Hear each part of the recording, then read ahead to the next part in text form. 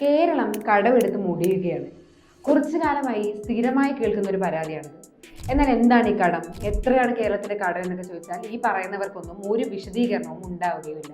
അത്യാവശ്യം കണക്കറിയുന്നവർ പറയും കേരളത്തിന്റെ കടം 1.5 ലക്ഷത്തിൽ നിന്ന് 4.5 ലക്ഷം കോടിയായിരുന്നു. 4.5 ലക്ഷം കോടി എന്നൊക്കെ കേൾക്കുമ്പോൾ സാധാരണക്കാരൻ ഞെട്ടും, സ്വാഭാവികം. പക്ഷേ അതുകൊണ്ട് അതാണ് ഈ പറയുന്ന കടക്കെണി. വലിയൊരു സംഖ്യയാണെങ്കിൽ ആകെ കുഴപ്പമാണെന്ന് നമ്മൾ കടക്കെണിയിലാണ് എന്നുമാണ് അർത്ഥം. നോക്കാം. ഒരു സംസ്ഥാനം നൽകേണ്ടി വരുന്ന കടപ്പലിശയുടെ നിരക്ക് സംസ്ഥാനത്തിന്റെ GDP വളർച്ചാ നിരക്കിനേക്കാൾ കൂടുതലാകുമ്പോഴാണ് കടക്കെണിയിലാണ് എന്ന് പറയുക. സിമ്പിളായി പറഞ്ഞാൽ വാങ്ങിയ കടത്തിന്റെ പലിശ വളർച്ചാ നിരക്കിനേക്കാൾ കൂടുതലാകുന്ന അവസ്ഥ. ഇങ്ങനെ ഒരു അവസ്ഥയിൽ കടം തിരിച്ചടിക്കാൻ പറ്റാത്ത സാഹചര്യത്തിലേക്ക് സംസ്ഥാനം എത്തും. എന്നാൽ കേരളത്തിന്റെ അവസ്ഥ ഇതാണോ? അല്ല. സാധാരണയായി സംസ്ഥാനത്തിന്റെ സാമ്പത്തിക ബാധ്യത കണക്കാക്കുന്നത് GDPയുടെ എത്ര ശതമാനം തുക കടമായി എടുത്തിട്ടുണ്ട് എന്ന് നോക്കിയാണ്. കേരളം അതിന്റെ GDPയുടെ 35% ഇതുവരെ കടമായി എടുത്തിട്ടുള്ളത്.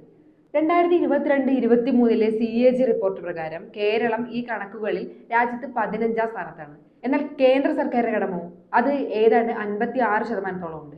ഇനി കേരളത്തിന്റെ കഴിഞ്ഞ 20 വർഷത്തിൽ ഓരോ സർക്കാരുകളുടെയും കടമെടുപ്പെന്ന് നോക്കാം. ഓരോ സർക്കാരും തൊട്ടു മുന്നേയുള്ള സർക്കാരിനേക്കാൾ എത്ര തുക അധികമായി കടമെടുത്തു എന്നാണ് കടമെടുപ്പ് തോത് മനസ്സിലാക്കാൻ സാധാരണ ചെയ്യുന്നത്. 2006 അച്യുതാനന്ദൻ സർക്കാർ മുൻ UDF സർക്കാരിനേക്കാൾ 75% അധിക തുക കടമായി എടുത്തു. തൊട്ടടുത്ത ഉമ്മൻചാണ്ടി സർക്കാരിന്റെ കാലത്ത്, അതായത് 2010 മുതൽ 2016 വരെയുള്ള വർഷങ്ങളിൽ ഇത് 93% കൂടി. 2 പ്രളയങ്ങളും കോവിഡ് നേരിട്ട ഒന്നാം പിണറായി സർക്കാർ പക്ഷേ കടത്തിന്റെ 91% അധികമായി എടുത്തിട്ടുള്ളൂ. ഭരണത്തിന്റെ 5ാം വർഷം തീരാറാവുമ്പോഴും 2ാം പിണറായി സർക്കാരാണ് ഈ കണക്കുകളിൽ ഏറ്റവും കുറവ്.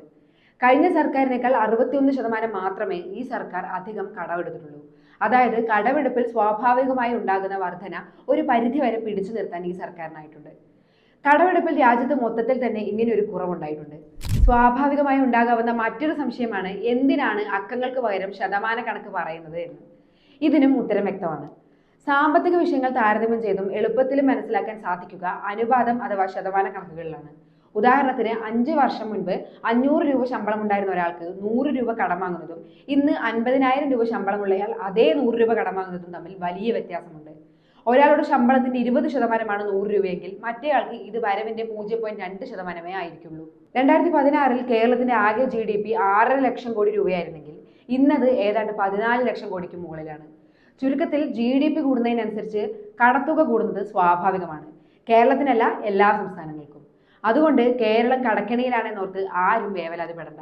വസ്തുതകളെ വളച്ചൊടിച്ച് രാഷ്ട്രീയ പ്രചാരണത്തിന് ഉപയോഗിക്കുന്നവർ നടത്തുന്ന പ്രൊപ്പഗണ്ടയിൽ നിങ്ങൾ വീണു പോകുകയായിരുന്നു. വ്യാഖ്യാനങ്ങളിൽ നിന്നും വസ്തുതകളെ മോചിപ്പിക്കുകയാണ് OBC ചെയ്യുന്നത്. കൂടുതൽ വാർത്തകൾക്കും വിശകലനങ്ങൾക്കും ഞങ്ങളുടെ വെബ്സൈറ്റ് സന്ദർശിക്കുക.